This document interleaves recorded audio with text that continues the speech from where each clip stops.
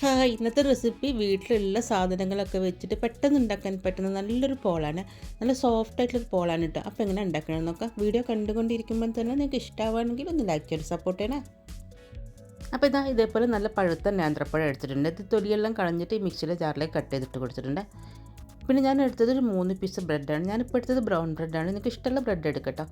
അതും ഈ മിക്സിയുടെ ജാറിലേക്ക് ഇട്ട് കൊടുക്കുന്നുണ്ട്.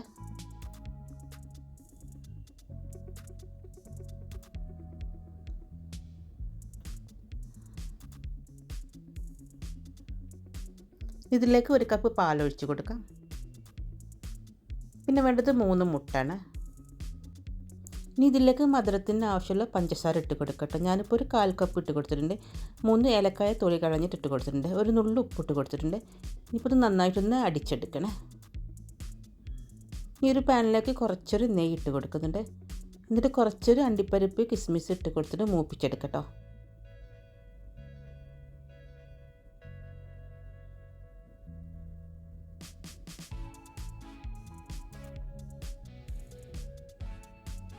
ഈ സെയിം പാനിലേക്ക് തന്നെ നമ്മൾ അടിച്ച് വെച്ച മുട്ടൻ്റെ മിക്സ് ഒഴിച്ച് കൊടുക്കട്ടോ.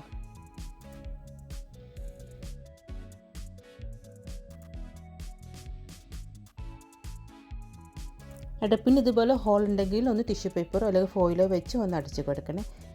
എന്നിട്ട് ഇതിൻ്റെ അടിയിൽ ഇതേപോലെ എന്തെങ്കിലും വെച്ച് കൊടുക്കട്ടോ. ഫ്രൈ പാനൊക്കെ ഉണ്ടെങ്കിൽ അത് വെച്ച് കൊടുക്കട്ടോ. എന്നിട്ട് ഏറ്റവും ലോ ഫ്ലെയിമിൽ 1/2 മണിക്കൂർ വെച്ച് കൊടുക്കണേ.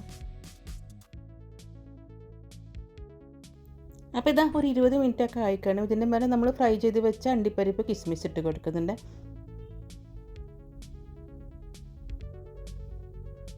അപ്പോൾ അതിൻ്റെ അടിവശമൊക്കെ നന്നായി വെന്തിട്ടുണ്ട്. മുകൾ ഭാഗം ഒന്ന് ഡ്രൈ ആക്കി എടുക്കണം കേട്ടോ. ഞാനിതൊന്ന് ഫ്രൈ പാനിലേക്ക് മാറ്റി കൊടുക്കുന്നുണ്ട്. 2-3 മിനിറ്റ് ഇങ്ങനെ വെച്ച് കൊടുക്കട്ടോ.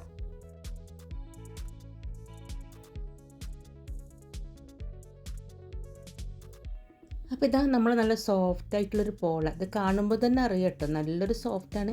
കുറഞ്ഞ സമയം മാത്രം മതിയിട്ട് ഇത് ഉണ്ടാക്കാൻ. അപ്പോൾ എല്ലാവരും ഒന്ന് ട്രൈ ചെയ്ത് നോക്കുക. വീഡിയോ ഇഷ്ടമായിട്ടുണ്ടെങ്കിൽ ഫ്രണ്ട്സിനൊക്കെ ഒന്ന് ഷെയർ ചെയ്ത് കൊടുക്കണേ. പിന്നെ ചാനൽ ആദ്യമായിട്ട് കാണുന്നവരൊക്കെ ആണെങ്കിൽ മറക്കാതെ ഒന്ന് സബ്സ്ക്രൈബ് ചെയ്തേക്കണേ. ബൈ.